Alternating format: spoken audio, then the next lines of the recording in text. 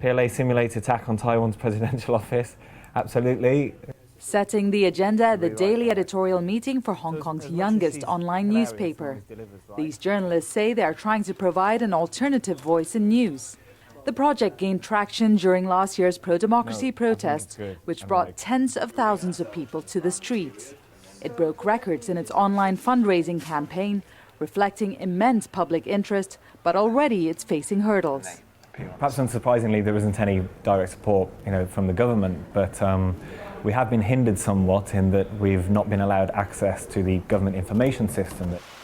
According to the Hong Kong Journalists Association, it's a problem that's becoming more common. The 79-day Occupy protests last year exposed the government's reluctance to engage the media and proved to be a risky time for journalists. Not only that journalists are blocked from their news sources, cannot get information, but they were physically attacked, life-threatening attacks. Clement So helped compile the Journalists Association's Press Freedom Index. The results mirrored the findings of international monitors. Freedom of expression is protected by law, but that hasn't stopped the territory's press freedom from deteriorating, particularly over the past few years. International watchdog Reporters Without Borders says Hong Kong has hit a new low, ranking 70th out of 180 countries surveyed. When the index launched 13 years ago, Hong Kong was among the world's top 20 countries for press freedom. Hong Kong's media is in turmoil. This month alone, at least 3 long-standing Chinese publications are shutting down due to online competition and funding issues.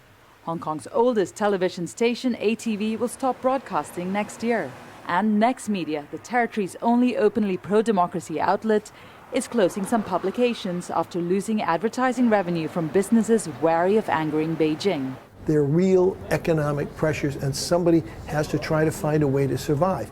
The internet is eating everybody's lunch, but nobody knows how to get the internet to make lunch. The editors of Hong Kong Free Press say they are still finding their voice. But to survive, the site will have to resonate with the public, and soon.